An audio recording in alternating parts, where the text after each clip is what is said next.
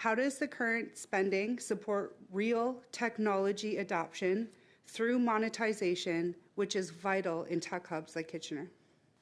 Well, thank you very much for the question. The funding's there. It's just demand so far outstrips supply that it's quite frustrating for our centers and the companies they support, but more frustrating for the companies on wait lists. We surveyed the centers recently, and we're looking at 850 companies on the wait list. Average wait is 11 weeks for a spot to open up and then get that support, and 2,800 person days of support identified as being able to service these companies. So the demand is there. Canadian companies want to innovate, but just like a hockey team on the ice, it can't be 6 against 1. They need help, and we are those objective innovation intermediaries that can help them advance their game-changing idea from something scribbled on a napkin to a product hanging in store shelves. It's just the current way of funding things seems skewed a little bit more towards basic and discovery research and not so much towards the later ends of experimental development and commercialization.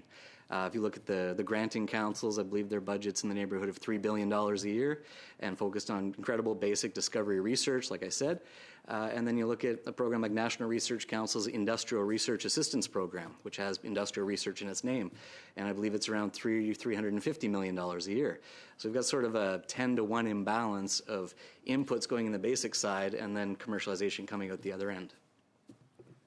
You mentioned moving towards more commercialization and economic development.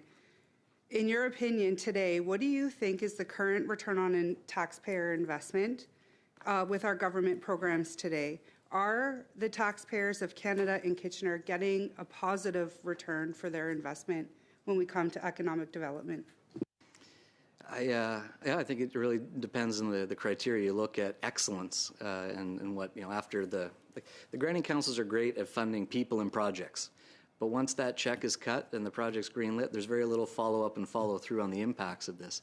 So, as long as students are developing into highly qualified people, and we're publishing and getting citations and patents, that's all well and good. But when you look at that balance of trade and IP deficit that we have, where clearly Canadian companies need to license intellectual property from abroad, and the IP that we're producing doesn't seem to be that attractive to our international friends, perhaps we are creating things that are solving problems that Canadian innovators and companies don't quite have.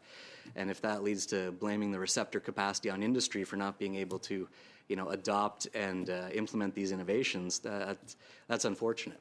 And our global friends have developed models that do look more along the balancing of applied and basic research that maybe we should look a bit closer towards.